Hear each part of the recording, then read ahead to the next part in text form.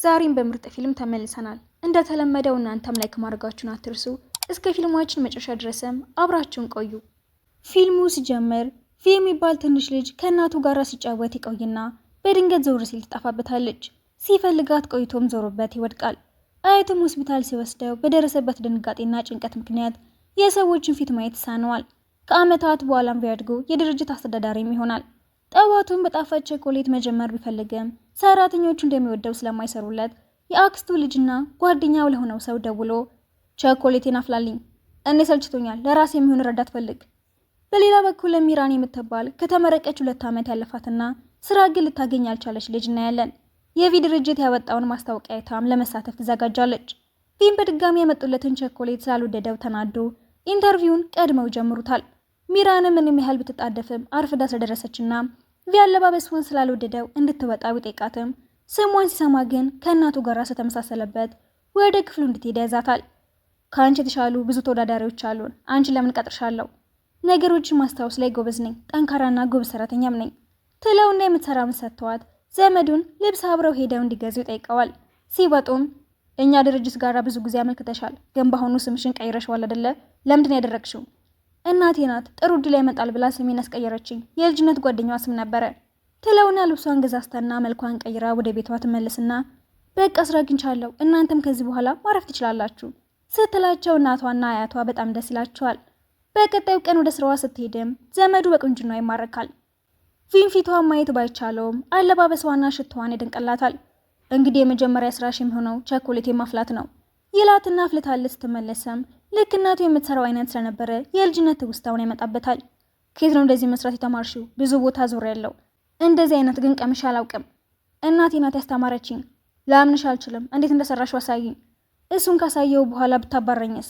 እሺ በቃ በድጋሚ ስሪልኝ፣ ጣዕሙ ልክ ካልሆነ ግን አባርሻለሁ ይላትና በድጋሚ ይዛለ ስትሄድም የሆነ ዝግጅት ላይ አብራው ስለምትሄድ ዶክመንቱ እንድታነብ ይሰጣታል። ስትጨርስም ለዝግጅቱ የሚሆን ቀሚስ እንድትገዛም ይወስዳታል። ፊቷንም እየዳሰሰ ምን እንደምትመስል ለማወቅ ይሞክራል።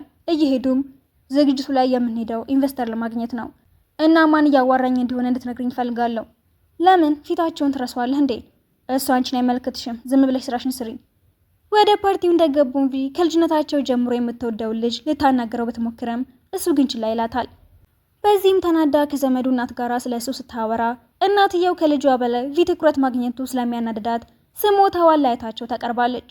እሱም ዘመዱን ሲያናግረው በስራው እናቱ ዝም ብላ እንደምትጨነቅና ባለው ነገር እሱ ደስተኛ መሆኑን ያሳውቀዋል። ትንሽ ቆይቶም ቪ ጥሩ ኢንቨስተር ያገኝና አብራቸው እንድትሰራ ያስማማታል። ሴትዮዋም ደስ ብሏት ሚራንን ጆሮ ጌጥሽን በጣም ወድጄዋለሁ፣ ጥሩ ምርጫ ነው ያለሽ። እኔ አይደለሁም የመረጥኩት፣ በዛ ላይ ትልቅና አብረቅራቂ ነው፣ ምንም ደስ አይልም ስትል ሴትዮዋ እህቷ የሰራችው ጌጥ ስለነበረ ትናደድና አብራቸው እንደማትሰራ ተናግራ ጥላቸው ትወጣለች። ፊልም ባረገችው ነገር ተናዶ ይሰድባትና ያባራታል። ዘመዱ ግን ያደረገው ነገር ልክ አለመሆኑን ነግሮት ይወጣል። እሱም ቢሆን ያን ያህል መናደዱ ተገቢ እንዳልሆነ ይገባዋል። ወደ ቤት ሲመለስ ሚራን ድልድዩ ላይ ያያትና እራሷን የምትጎዳ መስሎት ቢጠጋትም ስትሰድበው ግን ይሰማታል። ተናዶ ሲጮህባትም ደንግጣ ውሃ ውስጥ ልትገባ ስትል ይይዛትና ያድናታል። ወዲያውም ዘመዱ ይደርስና በትክክለኛ ስሟ ሲጠራት ቪ ግራ ይጋባል። እሷም ልጅ እያሉ ከእናቷ ጋር ያገኘቻትን ስለ ቤተሰቧ ምንም የማታስታውሰውን ሴት ታስባታለች። ለቪም ሚራን ቅጽል ስሜ ነው፣ አንተ የምታውቀው ደግሞ ትክክለኛውን ስሜን ነው። ግን እኮ ቅጽል ስምሽና እውነተኛ ስምሽ ምንም አይገናኝም፣ እየዋሸሽ ነው እንዴ? ዘመዱም እውነቷን ነው፣ ምንም አልዋሸችም፣ ማመን ካልፈለክ ግን የእኔ ጸሐፊ አድርጌ ልቀጥራት እችላለሁ ብሎ ሊወስዳት ሲል ቪም ይዛትና ያስቆማቸዋል። እሷም ስለተናደደች ጥላቸው ልትሄድ ስትል የእሱ ዘመድ ሊሸኛት ይከተላታል። ወደ ቤት አደርሷትም ላያረገው ነገር ይቅርታ፣ ታላቁና አብዛኛውን ስራ የምሰራው እኔ ብሆንም እሱ ግን ራሱ እንደ ዓለም ገዢ ማየቱን አያቆምም። እንደዛ እንኳን አይመስለኝም፣ በጣም ነው የሚያከብርህ። በዛ ላይ አንተን ሳያስፈቅድ ምንም እንደማይሰራ አስተውያለሁ። ለእኔ ደግሞ አትጨነቅ፣ ብባረር ራሱ ምንም አይፈጠርም ብለው ስትሄድ ስለ ውድዳት ፈገግ ይላል። ወደ ቤት ሲመለስም ቪ ለምንድን ነው እኔን ትተህ ልጅቷን የደገፍካት?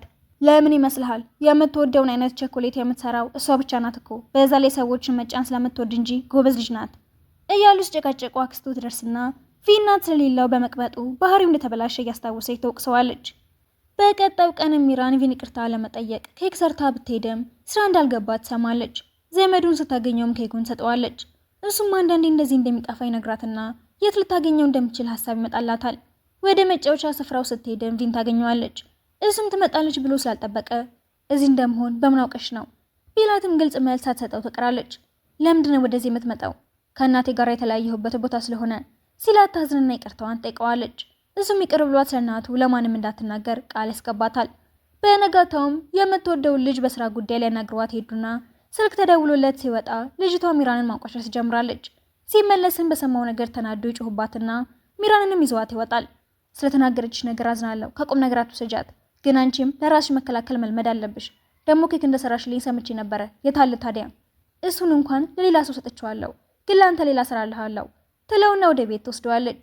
ሁሉም ተኝተው ስለነበረ ቀስ ብለው ሲገቡ ተያይዘው ይወድቁና እናትና አያቷ ከእንቅልፋቸው ይነሳሉ። የማይታወቅ ሰው መስሏቸው ሊደበደቡት ሲሉም ሚራን አለቃዋ መሆኑን ተናግራ ታስቆማቸዋለች። ከዓመታት በፊትም እናቱን ወደ ቤተ ክርስቲያን እንደወሰዷትና ቤተሰቦቿ እየፈለጓት ስለሆነ የሚራን እናት እንድትሄድ ብትነግራትም የመርሳት በሽታዋ እየባሰ ስለመሄድ ልጇ ማሰቃየት እንደማትፈልግ እንደነገረቻት ታስታውሳለች። እናትየውም ሚራንን እውነቱን ካወቀ ችግር ውስጥ ነው የምትገቢው። አይ ምንም ችግር አይፈጠርም፣ ኬክ ለመስራት ብቻ ነው የመጣ ነው፣ ምንም ሊያውቅ አይችልም ትላትና በተደጋጋሚ ድርጅቱ ጋር ስታመለክት የነበረውም ሆን ብላ እንደሆነ ታስታውሳለች። ኬኩን የሚሰሩትና በቀጣዩ ቀን ለእናቱ ይዛላት ትሄዳለች። ልጇ እንደሰራው ስትነግራት ደስ ብሏት እንዴት አገኘሽው? ድርጅት ውስጥ ባንቺ ስም ለመቀጠር ሲሄድ ነው ያስገባኝ። ይሄ ማለት እኮ አሁንም ይናፍቅሻል ማለት ነው ስትላት ደስ ይብላትም ወዲያውኑ ግን ያወሩትን ረስታው መንቀጥቀጥ ስለጀመረች አቅፋ ታረጋጋታለች። በቀጣዩ ቀንም ስብሰባ ይደረግና አክስቱ ለአጧት ኢንቨስተር ሚራንን ተጠያቂ ስታደርግ ይከላከላታል። አያታቸውም ለሁለቱም የልጅ ልጆቹ ኢንቨስተር እንዲያገኙና ጥሩ ብላ ያመጣው ፕሮጀክቱ እንደሚመራ ያሳውቃቸዋል። ፊና ሚራንን በጣም ታዋቂ ኢንቨስተር ለመፈለግ ይወጣሉ። ሰውየውን በደንብ ባያውቁትም እጁ ላይ ባለው ንቅሳት በመመራት እሱ እንደሆነ ጠርጥረው ሊያናግሩት ቢሞክሩም ሳይሳካላቸው ይቀራል። ዘመዱን ቪን የምትወደው ልጅ ጋር ሄዶ ኢንቨስት ለማድረግ ከተስማማች ከቪ ጋር ለመቀራረብ እንደሚረዳት ነግሮ ያሳምናታል። እነቪ የሚያገኙት ሰው ኢንቨስተሩ አለመሆኑን ሲደርሱበት በጣም ይናደዳል። ልጅ ያለ አያቱ የሰውየውን ፊት ቢያሳየውም በበሽታው ምክንያት እንዳላስታወሰው እያሰበም መበሳጨት ይጀምራል። አክስቱን ብትሆን ሚራን ለምን የቪን እናት ስም እንደያዘች መጠራጠር ትጀምርና የሚከታተላትን ሰው ትመድባለች። ሚራንም እናቷ የሰራችውን ኬክ ትዕዛዝ ለማድረስ ስትሄድም ቪ ፈልገው የነበረው ኢንቨስተር ቤት ውስጥ እንደሆነ ትደርስበታለች። ሴትየዋንም ስለ ስራቸው አስረድታት ከቪ ጋር እንዲገናኙ ቀጠሮ ትይዛለች። ደስ ብሏትም ለቪ የተፈጠረውን ትነግረውና በጣም ጎበዝ፣ በየሚያስፈልገንን ነገሮች በሙሉ መጨረስ ስላለብን ቆይተን እንሰራለን ሲላት ደስ ብሏት ራሷን ስታሞጋገዝ ዘመዱ ይሰማትና ይከፋዋል። ሚራንም ከቪ ጋር እየሰራች ውበቱን ማድነቅ ስለጀመረች ትኩረት ለማድረግ ይቸግራታል። ቪም ሁኔታዋ ስላልገባው ፊቷን እየነካ ለመረዳት ሲሞክር የባሰ ትረበሻለች። ዘመዱም ለእናቱ ቪ ትልቅ የሚባለውን ኢንቨስተር እንዳገኘ ሲነግራት እንደዚህ አይነት ሰው እንደሌለ እያሸፈች ታሳውቀዋለች። እነ ሚራንም እስከ ማታ ሲሰሩ ይቆዩና እዛ ውስጥ ተኛ ፊቷን እየነካት ስትስቂ ባይሽ ደስ ይለኝ ነበር ብሏት ሲሄድ ስለምን እንደሚያወራ ግራ ይገባታል። ኢንቨስተሯን የሚያገኙበት ቀን ሲደርስም በጠዋት ሄዳ ቪን እየጠበቀችው ዘመዱ ያገኛትና መረጃ ላይ ያወጣጣት ሲሞክር ቪ ስላያቸው ይናደዳል። በድጋሚም እንደዚህ አይነት ነገር እንዳያደርግ ያስጠነቅቀዋል። ሚራንንም የፈለግሽውን ነገር ከሱ ጋር ማውራት ትችያለሽ፣ ግን ስለ ስራ ጉዳይ ምንም አይነት መረጃ እንድትሰጪው አልፈልግም ይላትና ሴትየዋን ሲያገኟት የሚሰሩትን መተግበሪያ አካል ጉዳተኞችን የሚረዳ እንደሆነ ሲነግራትም ስለማያውቀው ነገር ስለሚሰራ ሳትስማማ ብትቀርም ቪ ግን ማየት እንደማይችል ከእናቱ ጋር የተፈጠረውንም ታሪክ አንስቶ ይነግራታል። ሚራንም ሁሌም ከጎኑ እንድትሆን ለምን እንደሚፈልግ ስለገባት ማልቀስ ጀምራለች። ሴትየዋን ፕሮፖዛላቸውን ተቀበላቸው ስትሄድም ቪም እሺ የምትል ይመስልሻል? ሁኔታ ሳያሳዝናት አይቀርም፣ ግን እኔ እንድታዝንልኝ አልፈልግም። እሷ ብቻ ሳትሆን አንቺም እያዘንሽ እንድታለቅሽ አልፈልግም። ስላዘንኩልህ አይደለም ያለቀስኩት፣ በዛ ላይ አትጨነቅ፣ ከዚህ በኋላ ሁሌም ከጎን ሆናለሁ ትለውና የበለጠ ይቀራረባሉ። ወደ ቤቷ ስትመለስም እናቷ እየወደደችው እንደሆነ ስለገባት ስለ እናቱ መደበቋ ልክ እንዳልሆነ ታስጠነቅቃታለች። በቀጣዩ ቀን ሚራን ለቪ ሌሎች ሰዎች የሚያሳዩትን ስሜት እንዲያውቅ ባመጣችው መሳሪያ መሰረት መልእክት እንደምትልክለት ትነግረውና ወጥተው ሰራተኞቹ ላይ ሲሞክሩት ስለሰራ ደስ ይላቸዋል። የምትወደው ልጅም ወደ እሱ ስትጠጋ ሚራን እንዲስቅ ምልክት ብትሰጠውም ልጅቷን ስለማይወዳት የማይሆን ፊት ያሳያትና የበለጠ ያናደዳታል። እሷም ለዘመዱ ብሩ እንደምትሰጠውና እንደገባችም ሚራን እንደምታባረራት ትወስናለች። በቀጣዩ ቀንም የውሳኔው ስብሰባ ላይ ቢቀመጡም ኢንቨስተሯ ባለማምጣቷ ይጨነቃል። አክስቱም ያለ ልጇ እርዳታ ምንም ነገር ማድረግ እንደማይችል እየተናገረ ስታሽፍበት ሴትዮዋ ግን ትመጣለች። ሌሎች በማንነቷ ግራ ቢጋቡም አያታቸው ስለሚያውቃት ደስ ይለዋል። በማርፈዷ ይቅርታ ጠይቃም ከአያታቸው ጋር ብቻ ማውራት ስለፈለገች ሁሉም ይወጣሉ። የምትወደው ልጅም እሷም ኢንቨስተር ስለሆነች እንድትወጣ በመጠየቋ መበሳጨት ትጀምራለች። ሚራንን ልታናግራት ስትልም ሁለቱም ወንዶች ያስቆሟታል። አያታቸው ወደ ውስጥ እንዲገቡ ሲነግራቸውም ልጅቷ ድርጅቱ ውስጥ እንደገባው የመጀመሪያ ስራ ያንቺ ማባረር ነው የሚሆነው፣ እሺ የፈለግሽው ማድረግ ትቻለሽ፣ እኔ ግን በፍጹም የአንቺን ትዕዛዝ እንደማልከተለው ወቂ ብላ ታበሽቃታለች። አያታቸውን ቪ ያመጣለትን ኢንቨስተር እንደመረጠው ሲናገር ዘመዱ በመበለጡ ይከፋል። አየር ለመውሰድ ጣራው ላይ ሲወጣ ሚራንን ያገኛታል። እዚህም እየሰራህ ነው? ሲጨንቀኝ አየር ለመውሰድ እመጣለሁ እና ደግሞ ልጅቷ የምትናገረውን ሁሉ ከቁም ነገር እንዳትወስጂው እሺ ይላትና እንደሚወዳት ለመናገር ቢሞክርም መልሶ ግን ይተዋል። ቪም ሚራንን ሊያገኛት ስላልቻለ ይጨነቃል። ሊመለሱ ሲሞክሩም በሩ እንደተዘጋ ታይና ለቪ መጨነቅ ትጀምራለች። ዘመዱም አንቺ ከመጣሽ በኋላ ቪ በጣም ደስተኛ ሆኗል። በእኔ ህይወት ውስጥም እንደ አንቺ አይነት ሰው ቢኖረኝ ደስ ይለኝ ነበር። ቪም ሊያገኛት ባለመቻሉ ተናዶ መጮህ ይጀምራል። ዘመዱም እንደሌለ ሲመለከት ጸሐፊውን ጠይቃትና ጣራው ላይ እንደሆነ ስትነግረው የተጣደፈ ይወጣል። አንድ ላይ ሲያገኛቸውን በጣም ይቀናል። የዘዋት ሲወርድም ቪ ሰሞኑን ግን በጣም የተናደድክብኝ ነው፣ ምን ነካ? ስለሰለቸኝ ነዋ ብሎ ትሄዳል። ሚራን ወደ ቤት ስትመለስም እናቷ ስራዋን መልቀቅ እንዳለባት ነግራታለች። እሷም የቪ እናት ጋር ሄዳ ልትለቅ እንደሆነ ስታሳውቃት ልጇ ብቻውን እንዲሆን ስለማትፈልግ ትለምናታለች። በዛም ሰዓት አክስትየው የላከችው ሰው ፎቶ ያነሳቸውን ይወስድላታል። ባየችው ነገር ብትደነግጥም በትክክለኛው ሰዓት እንደምትጠቀምበት እያሰበች ሰላዩን ለማንም ምንም እንዳይል ታስጠነቅቀዋለች። ድሮ ላይም ምን ያህል እናቱን ታንቋሻት እንደነበረም ታስታውሳለች። በቀጣዩ ቀንም ቪ የጠፉ ሰዎችን የሚያፈላልግ መተግበሪያ ለመስራት ሀሳብ ያቀርብና ከሰራተኞቹ ጋር ይወያያል። ዘመዱም አንዳንድ ሰዎች የሚጠፉት የራሳቸው ምክንያት ይኖራቸዋል። አንተም ቢሆን እናትህ መፈለግ ማቆም አለብህ። እንድታገኛት ስለማትፈልግ ይሆናል እኮ የተደበቀችው። የእናቴ መጥፋት ምክንያት እኔ እንደሆንኩ እየነገርክኝ ነው ይለውና ተጣልተው ይለያያሉ። ሚራንም ልታረጋጋው ብትሞክርም ባክሽ አቁሚ፣ አንቺ እናትሽ አብራሽ ነው ያለችው፣ እኔ ስለሚሰማኝ ነገር ሊገባሽ አይችልም ሲላት እውነቱን በመደበቋ ስለተጸጸተች እያለቀሰች ትወጣለች። ትንሽ ቆይቶም ቪ በጣም ይቅርታ አንቺ ለመጮህ ፈልጌ አልነበረም ይላትና ለመዝናናት ወስነው ይወጣሉ። ሲጫወቱ ውለው ማታ ላይ ህይወቱ እንደቀየረችለትና እንደሚወዳት ተናግሮ ዞር ሲል ስላልነበረች ይደነግጣል። ብዙም ሳይቆይ ግን ያገኛትና ያቅፋታል። እሷም ወድቃ እንደሆነ ትነግረዋለች። እባክሽ ትተሽኝ እንዳትጠፊ እሺ፣ የምልሽን ከሰማሽኝ ደግሞ እድገት እንድታገኝ ያደርግሻለሁ ይላትና ቤት ሲሸኛት ለሁሉም ነገር አመስግና ትሰናበተዋለች። በቀጣዩ ቀን ቢሮ ስትሄድ ግን ሚራንን ያጣታል። ቸኮሌቱንም እንዴት ማዘጋጀት እንደሚችል እንደጻፈችለት ሲያይ የበለጠ ይረበሻል። ዘመዱ ጋራ ሲሄድም እሱ ምንም እንደማያውቅ ይነግረዋል። መልቀቂያውን እንዳስገባች ሲደርሱበትም ግራ ተጋብተው ቤቷ ሲደውሉ እንደሌለች ይነግራቸዋል። ዘመዱ ወደ ቤት ሄዶ አያቷን ሲያናገር ቪ ደግሞ ኢንቨስተሯ ጋር ይሄዳል። እንደሌለ ሲያውቁ ግን ሁለቱም ትኖራለች ብለው የሚያስቡበት ቦታም ይሄዳሉ። ዘመዱ ሊያገኛት ባይችልም ቪ ግን ያገኛትና ያቅፋታል። ለምንድነው ምንም ሳትይ ስራ የለቀቅሽው? እንዴት አገኘኸኝ? ሲጨንቅሽ እዚህ እንደምትመጪ ነግረሽ ነበር እኮ ረሳሽው ሲላት ታቅፈውና ይቅርታ ጠይቀዋለች። ቪን የምትወደው ልጅም ዘመዱ ጋር ደውላ ቤት እንደምትጠብቀው ትነግረዋለች። ቤት እንደደረሰም ከእናቱ ጋር ሆነው ፎቶዎቹን ሲመለከቱ ይደርሳሉ። እሱም ቢሆን ሚራን ለምነቱ እንደደበቀችው ማሰብ ይጀምራል። እናቱና ልጅቷም ተንኮል ብላ ስለገባች ፎቶዎቹን ተጠቅመው እንዴት እንደሚያባርሯት ያቅዳሉ። ሚራን ሁሉንም ነገር ለመናገር ብትወስንም ቪ ግን አትጨነቂ፣ ሁሉንም ነገር አውቀዋለሁ። ምንድን ያወቅከው?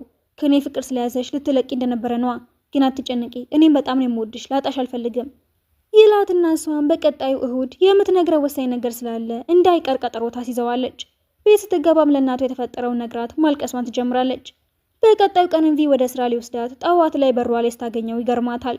ቢሮ እንደደረሱም ፍቅረኛው እንድትሆን ጠይቃትና መልሳት ሰጠው ስለቆየች እሺ እንዳለችው ገምቶ ሲያቅፋት ዘመዱም ያያቸዋል። በዚህም ተናዶ የምትወደው ልጅ ባመጣችው ተንኮል ላይ ለመሳተፍ ይወስናል። አያታቸውም ከውጭ የሚመጡ ኢንቨስተሮች የሚሳተፉበት ዝግጅት ላይ ሁሉንም ሲጋብዛቸው የአዳዲስ ስራዎቹን ለማስተዋወቅ ስለፈለገ ደስ ይለዋል። አክስቱም እንደለመደችው ሚራንን ለማንቋሸሽ ስትሞክር ሁላችሁም ፍቅረኛ እንደሆነች እንድታውቁ ፈልጋለሁ፣ ስለዚህ ክብር ልታሳዩት ይገባል ብሎ እጇን ይዘዋት ሲወጣ ሁሉም ይገረማሉ። የምትወደው ልጅ ሞሬው እንደሰማች ሚራን ላይ ንዴቷን ለመወጣት ብትሞክርም ቪ ግን ይሰማትና አንቺን ከመጀመሪያው አልወድሽም ነበር፣ ለምን እንደሆነ ታውቂያለሽ፣ ለሰው ክብር የሌለሽና አስቀያሚ ባህሪ ያለሽ ሰው ስለሆንሽ ነው ብሎ ሚራንን ወደ ውስጥ ይዘዋት ይገባል። ታውቂያለሽ፣ ሁሌም ቢሆን እናቴን እንደ አንቺ እንዳንቋሸዋት ነበረ። አባቴን ቤተሰብ ውስጥ ችግር እንዳይፈጠር ስለሚፈልግ አይደግፋትም። እኔ ግን በፍጹም እንደዛ አላደርግም። ከሁሉም ሰው እንደምጠብቅሽ ቃል ገባልሻለሁ። ቀጠሯችን አረሳኸውም አይደለ? የዛን ቀን ከምነግርህ ነገር በኋላም እንደዚህ ብትወደኝ በጣም ደስ ይለኛል። አትጨነቂ፣ አንቺ እንድተውሽ የሚያደርግ ምንም ነገር ሊኖር አይችልም። የምትወደው ልጅም ዘመዱ ጋር ሄዳ ቀድሞ ስላልነገራት ትጮህበታለች። በቀጣዮቹ ቀናትም ሁለቱም ወንዶች ፓርቲው ላይ የሚያቀርቧቸውን ሀሳቦች ሲዘጋጁ ይከርማሉ። ቀኑ ሲደርስ ግን ቪ ሳይመጣ ይቀራል። ዘመዱም ስራ እንደበዛበት ይናገርና የራሱን ሀሳብ ማቅረብ ይጀምራል። ሚራን ወደ ቢሮ ስትሄድም ተመነቃቅሮ ታገኘዋለች። ቪም ፎቶዎቹ እንደያዘ ፊታቸውን አልላይ ስላለው ንገሪኝ፣ እቺ ሴት እናቴ ናት ሲላ ስለደነገጠች ማልቀስ ትጀምራለች። አምኜሽ ነበር እኮ የእናቴን ስም ተጠቅመሽ እየተጫወትሽብኝ ነበር ለካ፣ ውጭልኝ፣ ላይሽ አልፈልግም ብሎ ያባረራታል። ዘመዱም እድሉን ተጠቅሞ ብዙ ኢንቨስተሮችን ቀልብ ይስባል። ቪን የምትወደው ልጅ ማዘኑን ተጠቅማ ልትቀርበው ብትሞክርም ተንኮሏን ስለሚያውቅ ግን ያባረራታል። አያትየውም የልጅ ልጁ ጓራ ሄዶ ድርጅቱን ከፍ ያለ ቦታ ላይ ለማድረስ በመሞክርህ በጣም ኮርቼብሃለሁ፣ ግን ወንድምህን ለምንድን ያልፈለግከው? በድጋሚ ስለሱን የምትጠይቀኝ፣ ሁሌም እሱን የምታስበልጠው። ከዚህ በኋላ ግን ሰልችቶኛል። በፍጹም እሱን የተንከባከብኩ መኖር አልፈልግም። አብቅቷል በቃ። ሚራንም ቤት ገብታ ስታለቀስ እናትና አያቱ የተፈጠረው ነገር ይገባቸዋል። ዘመዱና ልጅቷን በቅዳቸው መሃል አያትየው ገብቶ እንዳይበላሽባቸው መንጨነቅ ይጀምራሉ። ሚራን አንድ ድል ብቻ እንዲሰጣት ለቪ ብትለምነውም እሱ ግን የእናቱን አድራሻ ብቻ ይቀበላታል። አክስትየውም አያትየው ስለ ሴትዮዋ ካወቀ ወደ ቤት እንዳይመልሳት በማሰብ የሚያግታት ሰው ብትልከም ለቃ እንደወጣች ይነገራቸዋል። ቪም ሚራን እናቱ እንዳይጎዷት ብላ የቀየረችላት ሆስፒታል ሄዶ ፊቷ መለየት ባይችልም ልጇ እንደሆነ ሲነግራት ግን ልጇ ትንሽ ሰው እንደሆነ የተናገረች አላምን ስላለችው ግራ ይጋባል። መነኩሴዋም ስለ በሽታዋና ይሄንን ሁሉ ዓመተም ሚራን እና እናቷ ሲንከባከቧት እንደነበረ ታስረዳዋለች። እሱም ከዚህ በኋላ እሱ እንዳለ ይነግራትና ትውስቷ እንዲመለስ ብሬ የምታውቃቸው ቦታዎች ሊወስዳት ይወስናል። ሚራን ለኢንቨስተሯ ኬኮቹን ይዛላ ስትሄድም ቪ ስራውን እንደተቀማና እሷም ከዘመዱ ጋር አብራ መስራት እንደማትፈልግ ስትነግራት ነገሮችን ለማስተካከል ወደ ቢሮ ትመልሳለች። ዘመዱን የቪ ወንበር ላይ ተቀምጦ ስታገኘውም የእሱ ተንኮል እንደሆነ ይገባታል። ፎቶዎቹን የላክለት አንተ ነበርክ አይደለ? ይህንን ካንተ አልጠብቅም። ለእሱ ወሳኝ ቀን እንደሆነ እያወቅ እንዴት እንደዚህ ታደርጋለህ? የሚያስፈልገውን ያደረግኩት። እሱም ከዚህ በኋላ ተመልሶ አይመጣም። አንቺ ግን አብረሽ መስራት ትችያለሽ። አይ በፍጹም ካንተ ጋር መስራት አልፈልግም። ወደ ቤት ስትመለስም ቪን በሯ ላይ ታገኘውና ትደነግጣለች። እሱ ምንም እንዳልተፈጠረ ቸኮሌቱን እንዴት መስራት እንደምችል ታስተምሪኝ ትችያለሽ ይላትና ተስማምታ ወደ ቤት ወስዳ ታስተምረዋለች። የተፈጠረው ልታስረዳው ስትሞክርም አሁን ስለምንም ነገር ማውራት አልፈልግም፣ እናቴ ላይ ማተኮር ብቻ ነው የምፈልገው ሲላት ዝም ትለዋለች። ሴተኛም ይዞት የነበረውን ማስታወሻ ላይ ስለ እናቱና ከሷ ጋር ስላሳለፈው ጊዜ የጻፈውን አይታ እሷም ስትሰማት ነገር ተጽፈለትና አንብቦት ይቅር እንደሚላት ትመኛለች። ጠዋት ከእንቅልፉ ሲነቃም እናቷ ቁርስ እንዲበላ ታስገድደውና ይቀመጣል። ስለ እናቱ ስታዋራውም ለምን ትተኝ እንደሄደች ግን ምንም ሊገባኝ አልቻለም ይላትና ትንሽ ቆይቶም ኢንቨስተሯም ትቀላቀላቸዋለች። እሱንም ብቻውን ወስደው ድርጅቱን በመተው ተናድጄብሃለሁ፣ ዘመድ ያንተን ቦታ ለመውሰድ የሚችለውን እያደረገ ነው፣ እንደማትፈቅድለት እንድታረጋግጥልኝ እፈልጋለሁ እና ደግሞ ሚራን ስለዋሸች በጣም ቆጭቷታል፣ ይቅር ብትላት ደስ ይለኛል ትለውና ሚራንም ይቅር ልትለኝ እንደማትፈልግ አውቃለሁ፣ ከዚህ በኋላ ከህይወት እወጣልሃለሁ፣ አይ የትም እንድትሄጂ አልፈቅድልሽም፣ ሙሉ ሚስጥሬን እያወቅሽ እኮ ራሱ ተቀብለሽኛል፣ ላጣሽ አልፈልግም ይልና ወደ ሆስፒታል አብረው ሲሄዱ ስለ ድርጅቱ ምን ልታረግ ነው? አላውቅም፣ ከወንድሜ ጋር በማይረባ ነገር መጣላት አልችልም፣ የፈለገውን ነገር መውሰድ ይችላል፣ ግን እኮ ስለ ድርጅቱ ብሎ አይደለም ይህንን ሁሉ የሚያደርገው አያቱ እሱ እንደሚወደው ስለማያምን ነው ስትለው አያቱ ለሱ ትኩረት የሚሰጠው እናቱ ጥላው ስለሄደችና በበሽታው ምክንያት እንደሆነ ስለሚያውቅ መከፋት ይጀምራል። ዘመዱም አያቱ ለጥቂት ቀናት ስላልነበረ ቪን የምትወደው ልጅ ሼሮቹን ገዝታ እሱን አስተዳዳሪ አድርጋ እንድትሾመው ሀሳብ ያቀርብላታል። ቪም ለእናቱ ቸኮሌቱን ሰርቶ ይወስድላትና እስክታስታውሰው ቢጠብቅም ያሰበው ግን ስላልተፈጠረ ወጥቶ ማልቀስ ይጀምራል። ሚራንም ተረጋጋ፣ ሁሉም ነገር እኮ ጊዜ ይፈልጋል፣ በዛ ላይ እኔ ሁሌም ከጎን ሆናለሁ ትልና ታቅፈዋለች። ትንሽ ቆይቶም እናቱ እንደጠፋች ሰማና ሊፈልጋት ሲወጣ ከሆነ ህፃን ልጅ ጋር ስታወራ ያያታል። ዞር ስትልም ልጇ መሆኑን ስለለየችው ደስ ብሏት ታቅፈዋለች። እያለቀሰ ሲመለከታትም ፊቷ ቀስ በቀስ ይታየውና በጣም ደስ ይለዋል። ሚራንም ቦታው ላይ ስትደርስም የእሷንም ፊት ለመጀመሪያ ጊዜ ማየት ስለቻለ ደስ ብሎት እያለቀሰ ካሰብኩት በላይ በጣም ቆንጆ ነሽ ይላትና አንድ ላይ እንዲኖሩ ስለፈለገም አዲስ ቤት ይወስዳቸዋል። እናቱን በድጋሚ ከረሳችው የሚያስታውስበትን ፎቶ ያነሳታል። ሚራንንም ፍቅረኛ ለመሆን መስማማትሽን እንኳን ነገርሽኝም፣ ምን እንዳልክ ስላልሰማው ይሆናላ ደግመህ ጠይቀኝ እስኪ ስትለው እንደሚወደው ተሳያታል። አክስትየውም ልጇ አስተዳዳሪ አድርገው እንዲመርጡት ባለድርሻዎቹን በስጦታ ለማታለል ትሞክራለች። አልስማማ ሲለዋትም ታስፈራራቸዋለች። እነዚህም ወደ ድርጅቱ ለመመለስ ዝግጅታቸውን ይጀምራሉ። በነጋታው ሚራንን ሰላዩ ይከተላትና እናትየው ያለችበትን ለማወቅ ሲሞክር መንገደኞቹ እንዲተባበሯት ጠይቃ እየቀረጸችው ስታስፈራራው ጥሏት ያመልጣል። ከቀናት በኋላም ባለድርሻዎቹ በሙሉ ይሰባሰባሉ። ዘመዱም እሱ እንደሚመረጥ እያሰበ ደስ ቢለውም በድንገት አያቱ ይመጣና ለቪ የመጨረሻ ዕድል ሊሰጡት ስለጠየቀ ሁሉም ይስማማሉ። ሲወጡም የመጨረሻ ድሉ እንደሆነ ይነግረዋል። እና እናትህን መቼ ነው ማገኛት? እንዴ እንዳገኘዋት ታውቃለህ እንዴ? አዎ፣ እና ደግሞ አንተን የበለጠ ስለምወድ ሳይሆን እሱ እናቱ አጠገቡ ስለነበረች ነው እኔም አንተን እንደ እናት ስንከባከብህ የነበርኩት ይለውና ፊት መለየት መቻሉን ስላየ ደስ ብሎት ያቅፈዋል። ቪም እስካሁን ላደረገለት ነገር በሙሉ በጣም ያመሰግነዋል። የምትወደው ልጅ ሚራንን ስታገኛት እንደለመደችው ልታንቋሻት ብትሞክርም እንደ ሁሌው ዝም ስላላልቻት በጣም ትናደድና ዘመዱ ጋር ሄዳ ፕሮግራመሮቹን እንዲያገናኛ ተጠይቀዋለች። ደስ ባይለውም እናቱ ስለፈለገች ብቻ ይስማማል።